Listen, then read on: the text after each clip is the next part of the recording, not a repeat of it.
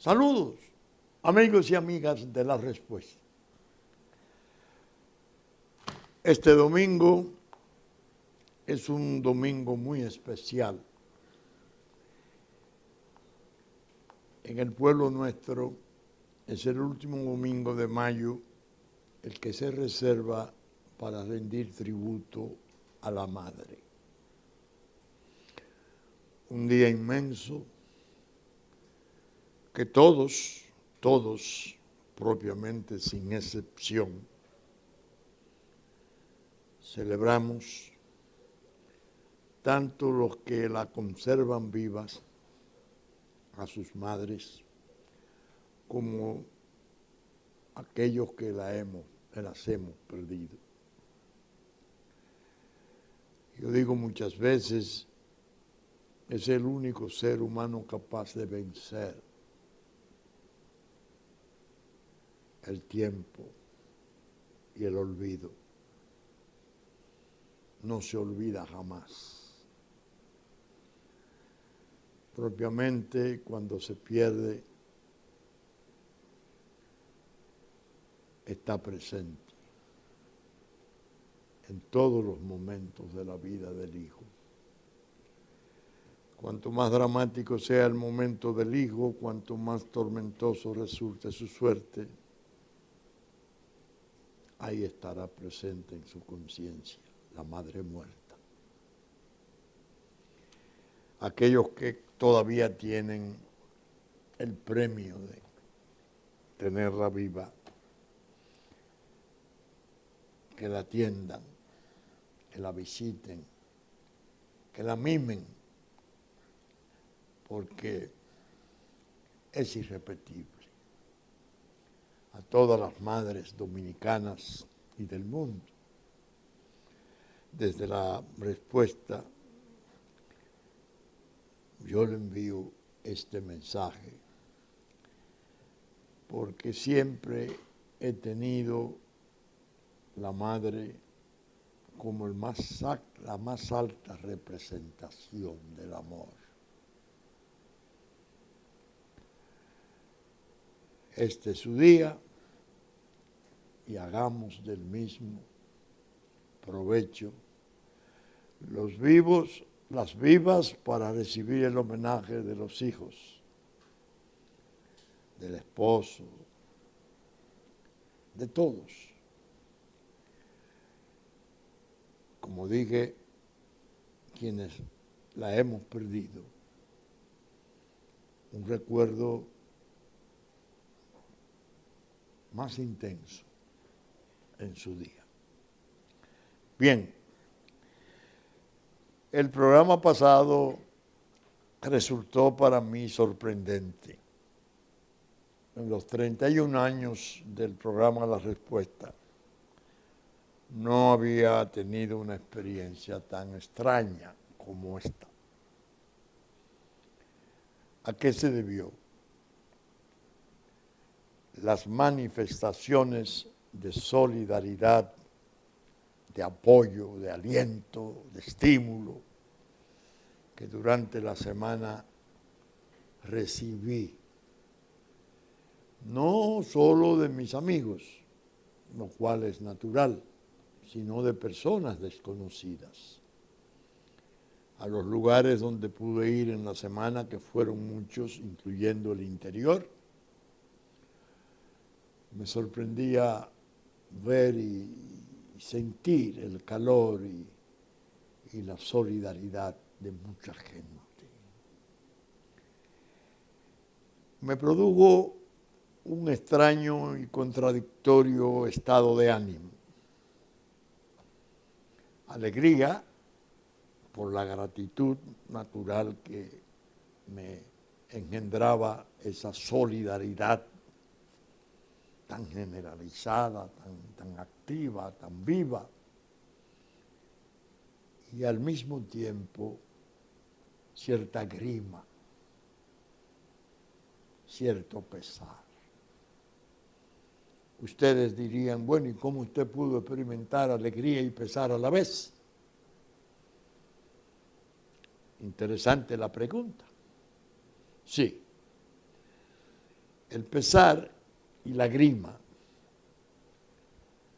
me lo daba el hecho de que comprobé en el ánimo público mucha crispación,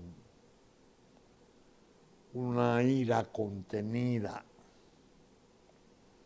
una actitud dura para con el gobierno.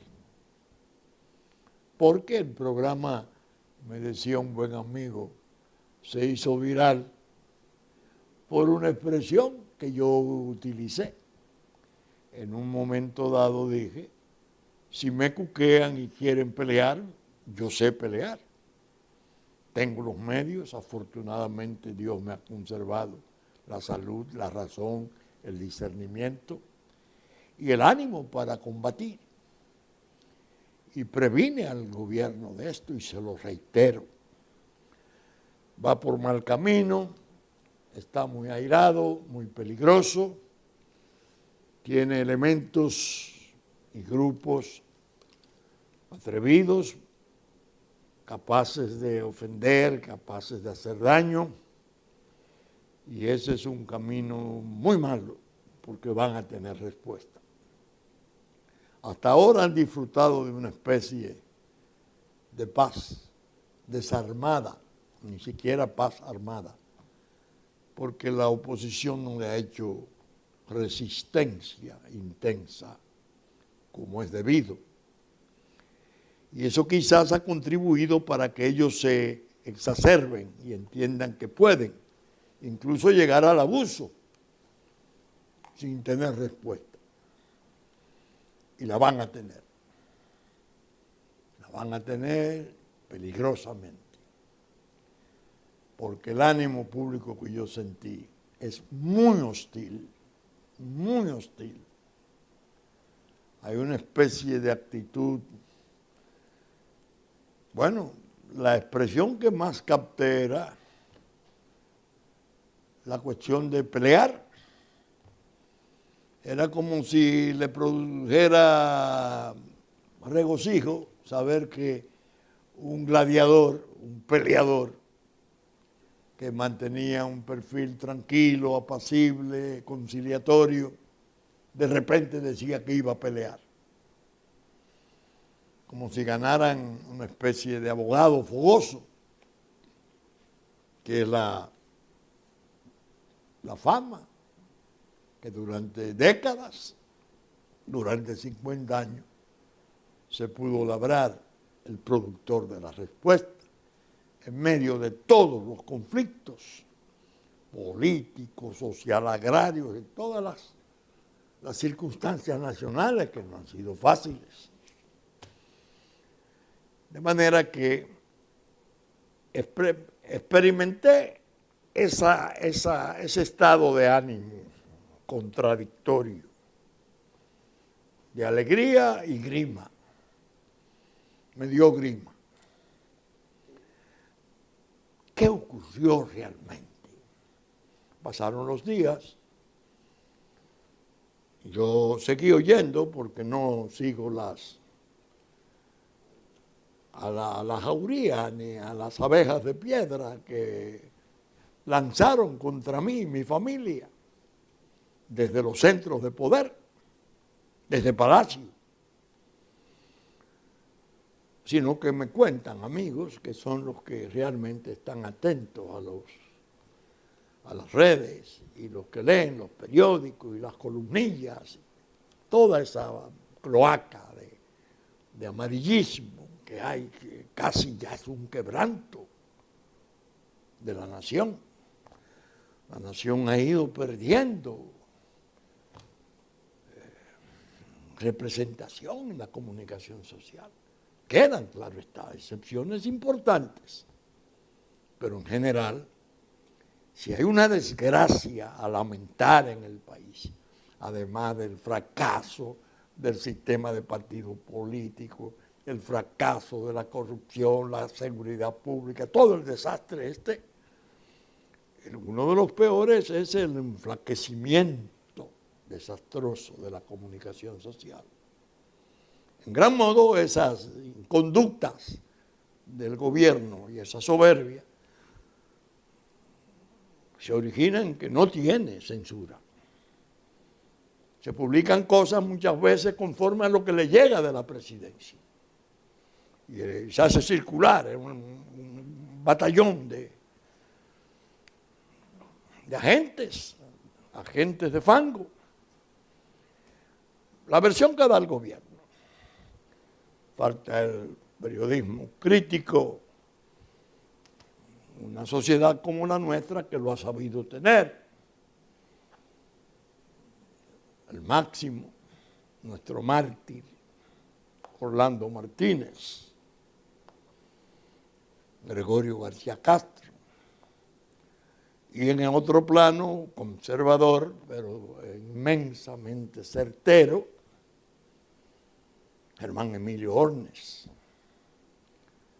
el propio Rafael Herrera, una inteligencia infinita, un gran periodista, con quien yo tuve incluso algunos resabios, pero nunca dejé de reconocer esas cualidades. Al revés, a él mismo tuve oportunidad de decirle en una ocasión que nos hicieron coincidir en una cena de amigos y una señora muy gentil preguntó que qué me había ocurrido a mí con don Rafael Herrera, que habíamos tenido tantas disputas. Se refería a las cuestiones del programa social agrario, los problemas del este, de Nisibón, bueno. Y yo le dije que ella me preguntó, ¿qué le ha dicho don Rafael que a usted no le ha gustado? No, mi riña con él no es por lo que él ha dicho, sino por lo que ha dejado de decir. Porque él es una inteligencia superior. Y él sabe cuáles son las circunstancias dramáticas en que vive este país. Es decir, era prensa. Naturalmente hay todavía muy buenas muestras. Yo traje un editorial y se puede conseguir casi a diario en el Listín Diario. Sociedad Patas Arriba, publicado hace 2 días. Un editorial aleccionador que vale la pena leerlo porque hace una descripción interesantísima de las circunstancias nacionales. No lo voy a leer por razones de tiempo y espacio, pero lo recomiendo. Ese es un editorial del momento. El propio Caribe, mi buen amigo Osvaldo Santana, trajo un editorial de leyenda sobre el inexplicable y peligroso silencio del presidente de la República, que evidentemente ha pasado todos los límites del silencio para terminar por ser percibido como astuto, y la astucia en los gobernantes tiende a tornarse muy peligrosa, porque se interrumpe el cauce de la fe debida a su palabra, porque no se oye. Las circunstancias actuales son muy dramáticas, muy difíciles, delicadísimas, y se necesitan voces. Y él, como jefe del Estado, tiene la obligación de hablarle al país, dar a conocer lo que piensa, lo que cree. No es momento de silencio, porque esa es una forma peligrosa y taimada de obrar desde el poder. ¿Qué pasó realmente para que yo me sublevara y me sintiera tan irritado al grado de producir esa difusión viral por redes en mi programa pasado cuando hablé de pelear? No sé si los herederos o los herederos no, porque aún no ha muerto. Está en prisión domiciliaria y que Dios le dé salud y larga vida. De Joao Santana están aquí todavía. Pero evidentemente se trató de una maquinación perversa. En Estados Unidos, en Washington, se produjo algo. Un senador norteamericano, senador Robert Menéndez del estado de New Jersey, le escribió una carta al secretario de Estado Mike Pompeo y le hablaba en esa carta de los peligros que corre la democracia dominicana y su Estado de Derecho. Y le recordaba que el Senado norteamericano había aprobado a unanimidad la resolución 35 de abril de este año, que se dictara en ocasión de la problemática boliviana, pero que también alcanzaba América Latina y el Caribe, según ella misma rezaba. Senado aprueba resolución bipartidista liderada por Bob Menéndez, el Durbin y el senador Ted Cruz de Texas, apoyando principios democráticos en Bolivia, América Latina y el Caribe. El hecho de que esa carta se produjera evidentemente sorprendió al gobierno. El gobierno estaba haciendo una hábil y sigilosa actividad de lobby, tratando de suavizar el conflicto que se le vio sobrevenir en ocasión del paso que diera de ponerse al lado de la historia, según dijera el presidente Danilo Medina, cuando estableciera relaciones con la China popular. Había la necesidad de mantener en sigilo, en silencio, esas diligencias, porque parece que se llegó a contar con que la forma temperamental del presidente Trump en un momento dado podía encogerse de hombros y decir, traicionaron a Taiwán y nos crearon un percance. Bueno, dejen lo que hagan, lo que ellos crean. No nos metamos en eso. Ese fue el ideal, eso fue lo que se pensó, lo que se vendió en el seno del gobierno. Hubo dos lobbies importantes, azucareros, que se sumaron al esfuerzo de ver si suavizaban la situación de nosotros estar inmersos en medio de un conflicto de escala mundial, guerra tecnológica, de comercio, con implicaciones de seguridad crítica entre China y Estados Unidos.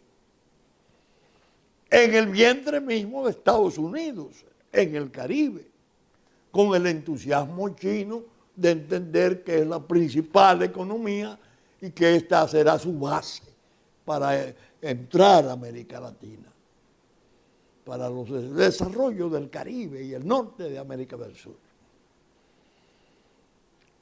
Trump es temperamental, dice una cosa, un Twitter, y después se estaba trabajando sobre eso.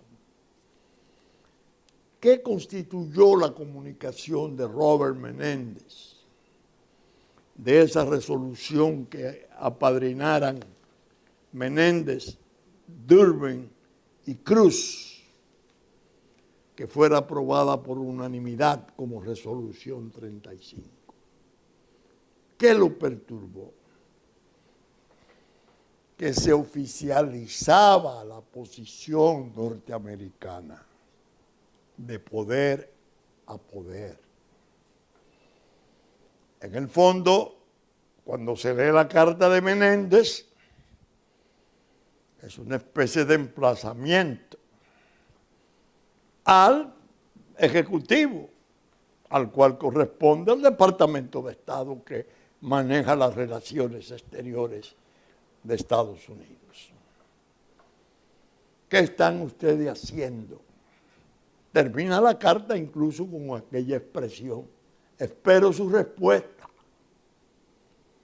Era una especie de oficio del Congreso al Departamento de Estado, recordándole la resolución de abril y inquiriéndole, preguntándole: ¿qué están ustedes haciendo? El gobierno no esperaba que eso se produjera, porque incluso embaraza al lobby. El lobby pierde eficacia, porque es una manera de hacerle un recordatorio al propio presidente Trump de que así como se está trabajando desde Washington, vigilando el curso y de acción de proceso político de Bolivia, asimismo con Venezuela, asimismo con Nicaragua. En Santo Domingo se está desarrollando una posición delicada, un cambio en la Constitución para nuevo, la repetición, tortuoso cambio en base a un voto que se dice públicamente que está en pública almoneda, aunque se están firmando documentos negando tal cosa de parte de los legisladores. Al hacerse oficial, el gobierno se inquietó y entró en histeria. Entonces no sé si fueron los brasileños de João Santana los que recomendaron, o ellos ya como buenos alumnos de aquellos. Esto es lo que hay que banalizarlo. Y le entraron al senador Bob Menéndez y le dijeron, sacaron incluso unas acusaciones de hace 4 años que fueron objeto de archivo definitivo, desechadas en la justicia de New Jersey, descargando, desentendiéndose la acusación de lo que había hecho, en una trama evidente que habían preparado contra ese senador, que yo expliqué en el programa pasado cuáles fueron las razones. Recuerden la cuestión de las compensaciones de las propiedades en Cuba que fueran expropiadas por la revolución en el 59, la posible recuperación de esas propiedades ahora, la compra a un 5% de su valor, hecho por grupos de gran poder, cosa esta que rehusó aceptar, que no admitió el senador Bob Menéndez. Pero había que hacer algo y naturalmente nosotros pasamos a ser un blanco. Eso no es eso, es un tipo ahí, un vivo. Un hombre que después de haberse ordenado el archivo sobre su proceso, que fue una trama vulgar, perversa, de esos intereses, fue a elecciones y ganó para ser senador 6 años más, con un 10% de ventaja sobre su principal adversario. Ah, no, esos son los Castillos. Una carta, es la misma redacción, eso fue un chisme de los Castillos. Tratando de banalizar la condición de reprimenda, observación y eventualmente reacción activa del Senado de los Estados Unidos como tal. Yo me puse a examinar la resolución. Y es realmente algo interesante. Ellos hacen de Bolivia una descripción increíble que parece para un libro de historia de Bolivia. Bolivia, sus 152 golpes de Estado, Bolivia desde el tiempo de la colonia. Bueno, hasta a Evo le hacen elogios y le reconocen que en el 2005 alcanzó el poder en buena lid y que un referéndum, un revocatorio que se sometió para tratar de despojarlo del poder fue rechazado, y lo van describiendo punto por punto, considerando la resolución como si fuera una sentencia, porque Estados Unidos no lo está haciendo frente a Evo nada más, lo está haciendo ante lo que entiende que es la defensa de sus valores, la democracia, los periodos fijos de constitución, el respeto al Estado de Derecho. Y le va haciendo esa descripción y ese reconocimiento hasta que llega al punto en que hay otro referéndum que niega la posibilidad de un cuarto periodo de Evo Morales, de un tercer periodo. Y consiguen un fallo de un juicio, de una corte, y lo desconocen y gana y se impone, pero ahora vuelve para un cuarto periodo. Una cosa, una descripción de sentencia, pero extraña porque no es vejaminosa, no es vejatoria, no es irrespetuosa. Es un tipo de apreciación de principios. Esta resolución que se sometió a nombre de estos legisladores, Menéndez, Durbin y Cruz, Ted Cruz, que fue precandidato a la presidencia de Estados Unidos, senador por Texas, que por cierto también se sumó el senador de origen dominicano a Espaillat, defendiendo la posición de estos señores. ¿Qué es lo que esta gente ha hecho? ¿Cuál es el carácter de intervención que tiene esas apreciaciones? Que son importantes porque Estados Unidos es una potencia mundial y tiene posiciones y trabaja en distintas áreas del mundo defendiendo esos valores. No, aquí se armó un lío enorme, que eso era una injerencia, que eso era una barbaridad. Bueno, acabaron con Menéndez y acabaron con los Castillos. Y le dijeron a los Castillos lo que han dicho siempre, que nosotros incluso hemos sabido despreciar, porque obedecemos a un código antiguo, pero muy eficaz. No pegarle al perro, atender al amo. El perro ladra y amenaza a morder y hasta muerde. No es el perro de la pluma amarilla, de la venta de conciencia, no. Es el dueño, el interés que paga para que eso se haga. En este caso, el gobierno. Nosotros nos quedamos, respondimos y sacamos cosas interesantes. Encontramos en nuestros archivos representantes de Estados Unidos. Bob Menéndez era entonces en la Cámara de Representantes, no senador, como pasó a ser después. Pide revisar resultados, relaciones con China. No, este es el titular, perdón. Insta a Bush, apoyo observadores. Esto es 2004.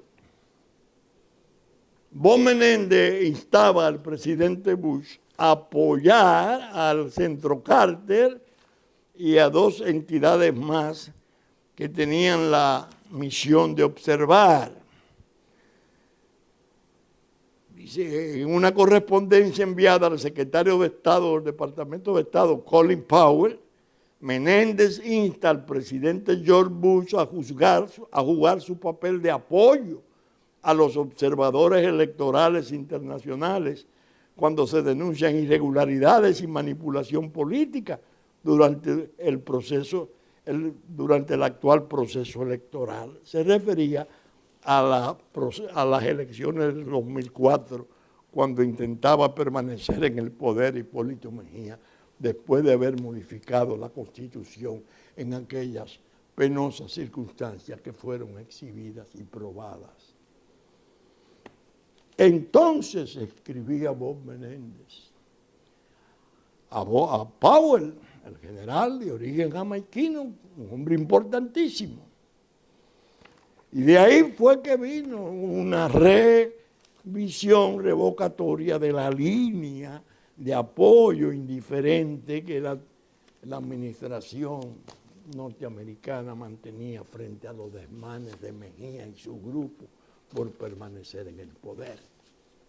Existía el famoso plan B, aquel que era para hacerse de las elecciones a la cañona. La posición norteamericana varió y se produjo, yo lo conté en el programa pasado, el embajador Hertel fue a la Junta a aprobar el resultado. Y ahí se produjo aquella conversación telefónica de que hablé. Ahora se sorprende el gobierno, se enoja, no se atreve a ver la realidad, la está viendo, pero no se atreve a asumirla. Y le marcha al legislador y le marcha a los castillos y quiere crear una especie de chisme. No.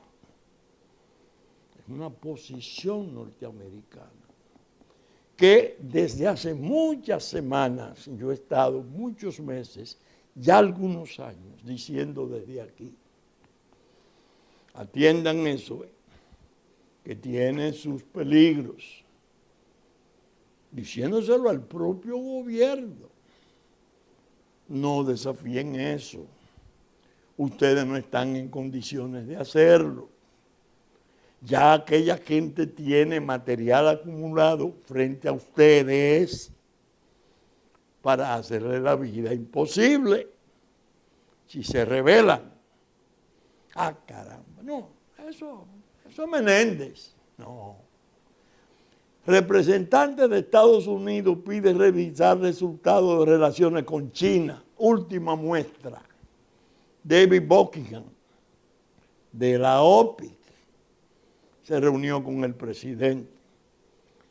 Vino en un avión de la flota de Casablanca, de donde es el number one, de la flota de Trump. Creo que son 10 o 12 aviones que hay para viajar el personal en que Casablanca tiene interés que viaje. Con una delegación van a Boca Chica, Zona Franca, van a AES y visitan al presidente. El Diario Libre hace un trabajo interesante. La versión que manda la presidencia es que la reunión fue muy positiva, que el señor Buckingham vino a hablar de las inversiones y otros llegó a decir como que algo que había prometido el presidente Trump en la reunión en Florida cuando el presidente Medina fuera invitado. El Diario Libre parece que hurgó mejor y había un aspecto sobre reelección que la nota del gobierno no la daba. Al conversar con los periodistas frente a las escalinatas del segundo piso del Palacio Nacional, Buckingham también se refirió a la posible modificación de la Constitución para permitir la repostulación del presidente Danilo Medina y dijo esperar que se respeten los acuerdos políticos arribados. Ustedes se recuerdan el acto notarial, la decisión del comité político, la modificación del artículo, la inclusión del transitorio que prohíbe la reelección por un periodo más, para siempre, del presidente Medina, que estaba alcanzando su primera reelección. Dijo, pensamos que la estabilidad y la ley son componentes claves para la inversión, especialmente en cuanto a lo que tiene que ver con oficiales gubernamentales, mantener sus promesas. Es importante, Dios mío, es importante que las elecciones funcionen adecuadamente, a tiempo y en lo que se agendó, en el momento agendado. Y eso es lo que esperamos que suceda aquí en la República Dominicana. La embajadora Bernstein, de su lado, rehusó hablar sobre el tema. Ya ella habló. Y en esa misma escalinata habló Copley, antes de ella llegar como embajadora. Y le dijo a la prensa entonces, nosotros tratamos cosas que no pueden llegar a ustedes. Estados Unidos ha estado planteándole, haciendo la advertencia a la administración de gobierno del presidente Medina. No entendemos prudente, no creemos en una modificación constitucional que conduzca a una tercera repostulación. Nuestro sistema consiste en 2 veces. La cita de Washington como ejemplo.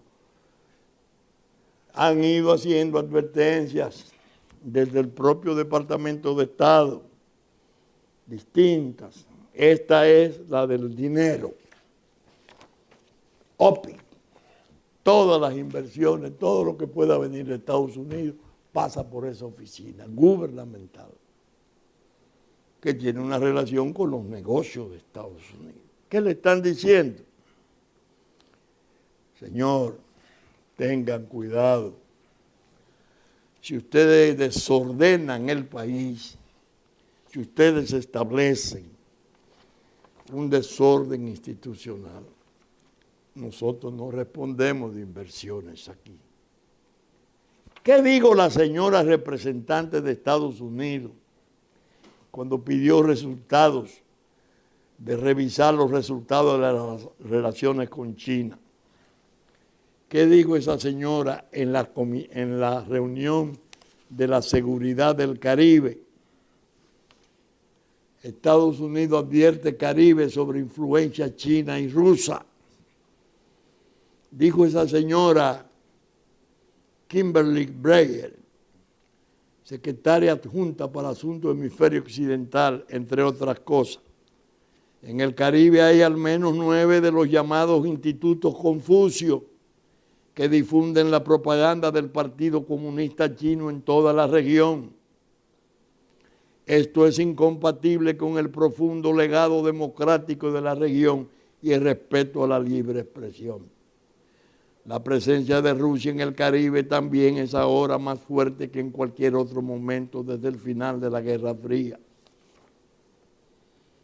El diálogo de cooperación de seguridad entre el Caribe y Estados Unidos tuvo lugar en el 10º aniversario de la SBI. Y ya había dicho, como saben, China tiene más capital social invertido en el Caribe per cápita que en el resto de América Latina. Reconocemos la importancia del Caribe para el éxito de este hemisferio y creemos que una región unida en nuestros valores compartidos e intereses compartidos resultaría en una región más próspera. Si las compañías chinas operan en igualdad de condiciones del acuerdo con las reglas, esta inversión podría beneficiar enormemente a sus países. Sin embargo, con demasiada frecuencia, China se ha apartado de las mejores prácticas internacionales y cuando lo hace, sus modos opacos han permitido la corrupción, han erosionado el buen gobierno y han robado la soberanía y los recursos nacionales de los países. Son advertencias que se vienen haciendo desde distintos puntos del poder norteamericano, que a mucha gente aquí ahora le irrita. Ellos han intervenido militarmente, ellos han intervenido con programas de ayuda. De un modo u otro, la realidad es que es como potencia dominante en la región. Incluso en una forma que ha tenido etapas muy penosas. Ahora parece que se quiere hacer una recuperación de eso, pero ya en presencia de que está en disputa con la otra superpotencia mundial, que es China. Ya hay aspectos implicados de la seguridad, del 5G, que nosotros lo asumimos ahora, y de la posibilidad de los drones chinos, de problemas de seguridad nacional de Estados Unidos. Es decir, el asunto se ha ido enrareciendo, se ha ido complicando. No, eso no es así, eso no es así. Eso fue un chisme, una intriga de los vinchos. Ese señor Menéndez no es verdad que sea amigo del país, no tiene nada que ver con el país. Al revés, aquí venía a hacer cosas graves, pecaminosas. Qué bonito era, ¿no? El caso es, señores, que el programa pasado tenía que contener esa protesta de mi parte.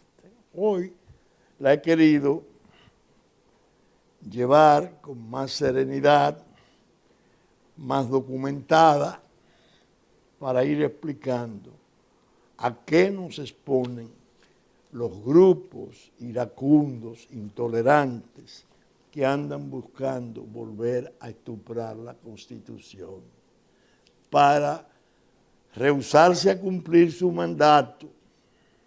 No es modificarla, no es una modificación constitucional, es un desacato a su mandato del transitorio. Usted mandó eso en el 16, en el 15, cuando se hizo el acuerdo. Pues mire, la vamos a modificar, le vamos a eliminar eso. No pueden. No pueden sin incurrir en infracciones criminales muy graves. Hay una especie de operación de grupos de funcionarios coaligados para desobedecer ese mandato, apoyándose en la afirmación zumbona de, bueno, la asamblea si la convocamos es el poder máximo y ella hace y deshace, como hicieron en la anterior. Una especie de modificación en referimiento de hora a hora. En este caso es no una modificación, un desconocimiento, suprimiéndole el mandato. Usted no tiene constitución, poder para hacer esto. Nosotros le vamos a privar de esa disposición. ¿Cómo?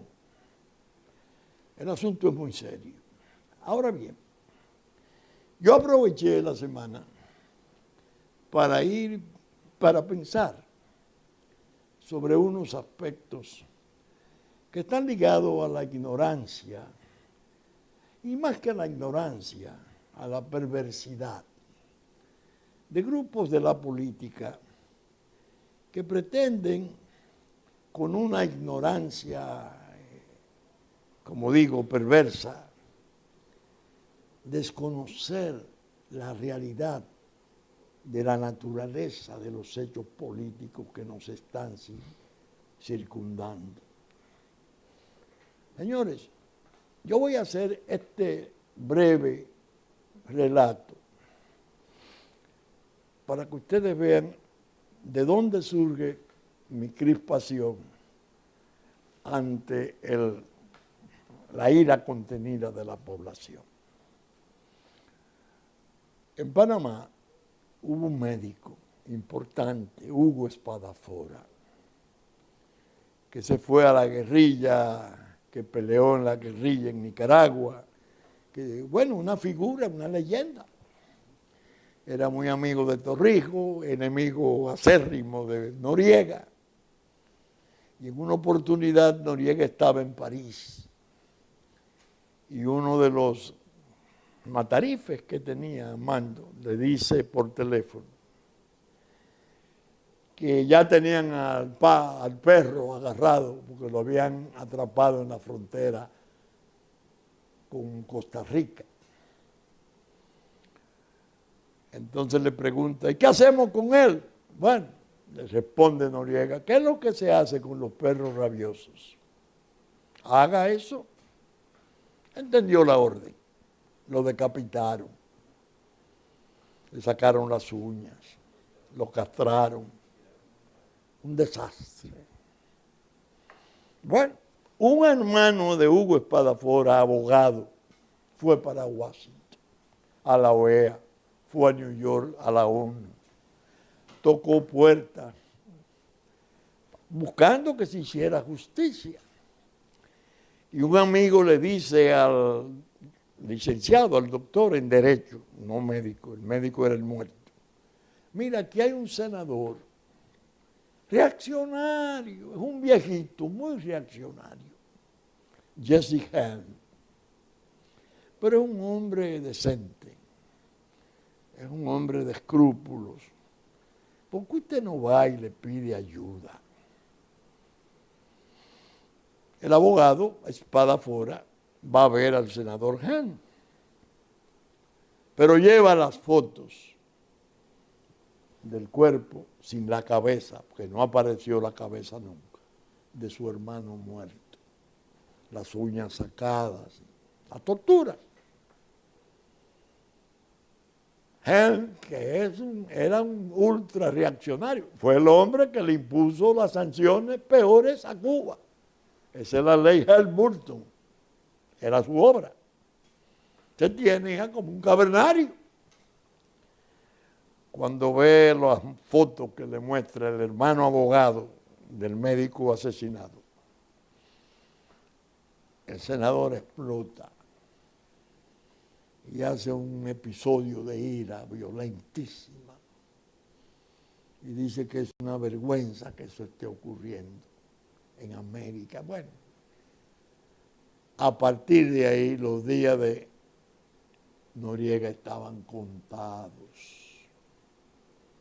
Ese incidente le costó a Noriega en gran modo lo que le vino a Panamá por desgracia después, tiempo después.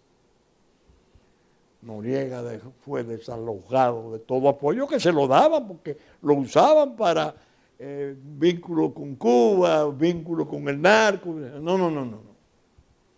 El senador Helm se opuso y eso fue terrible, el preludio de lo que le vendría. El poder de un senador de Estados Unidos, en Estados Unidos, no es sencillo.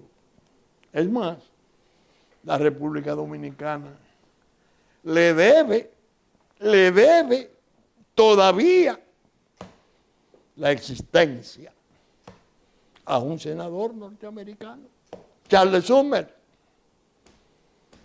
Una de las calles principales nuestras, muy buena, muy importante calle ya, lleva su nombre.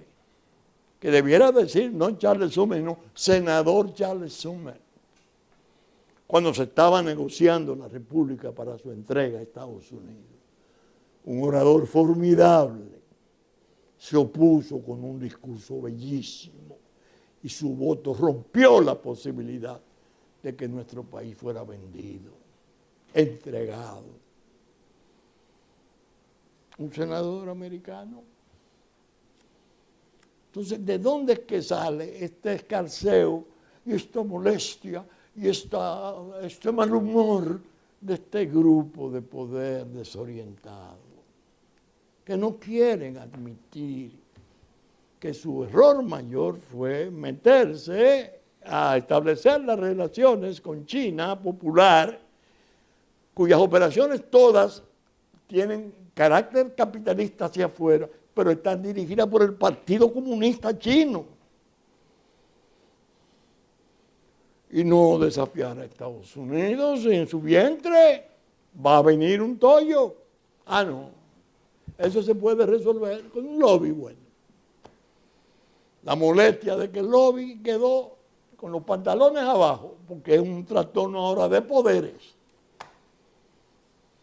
Y es muy difícil que le den paso, porque tienen los medios, tienen el de recapta, tienen medios de todo tipo para, incluyendo los expedientes, para crearnos unas dificultades inmensas sobre personas nuestras, funcionarios nuestros, y sobre el propio comercio, el sector privado, que lo visitó este hombre de OPI, aunque no trascendió lo que él pudo hablar con las empresas o los empresarios con los cuales hablara.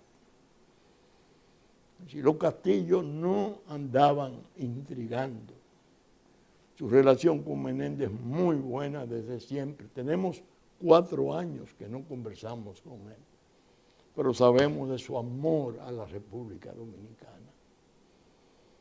Yo mismo tengo pruebas. Cuando yo estaba en la asesor de drogas, cuando se llevaron el dron del Caribe, un dron militar efectivísimo para evitar los viajes de lancha con droga. ¿A quién yo le escribí?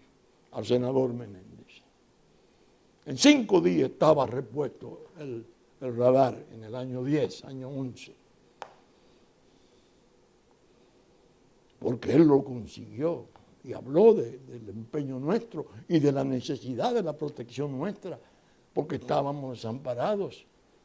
Era en los momentos que todavía no estaban en operaciones, fue en el 10 creo. Los tucanos que barrieron con los vuelos criminales del cielo nuestro. De manera que este programa pasa a ser una especie de réplica del pequeño terremoto que se armó con la cuestión de que yo iba a pelear. Solo peleo en la medida que me provoquen. Sigo siendo sereno. Este no es un libelo. Este es un programa de orientación. Sigo invocando la necesidad de proteger la cohesión nacional. Sigo reñido con los desencuentros, con el desorden ese que han armado desde el poder, que da vergüenza.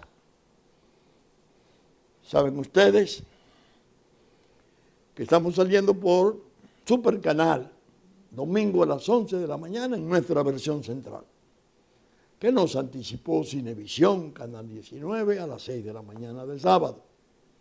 Asimismo, Telefuturo, Canal 23, después de la misa de San Antonio, domingo a las 8 de la mañana. Telenor, San Francisco de Macorís, el mediodía de domingo, 6 de la tarde de domingo. Teleimpacto, mediodía de domingo, 12 del día, 9 de la noche de domingo y 9 de la mañana de lunes. TDI, Canal 51, 7 de la noche de domingo. Que asimismo están Musavisión, TV3, de 10 de la mañana a 12 del mediodía de domingo. Que nuestros contenidos son reproducidos parcialmente por Diario Horizonte de New York, Diario Digital Dominicano, la radiodifusión a cargo de Radio Real de La Vega en la versión central de domingo a las 11. Hit 92 en la mañana, 6 de la mañana de domingo, para el sur de la República. Y asimismo, los canales amigos de Constanza, Montecristi, Higüey, Romana, Nagua, que reproducen nuestros contenidos en los tiempos pertinentes. Con la gracia de Dios esperamos estar con ustedes el próximo fin de semana en la entrega de una nueva respuesta. Muchas gracias y hasta entonces.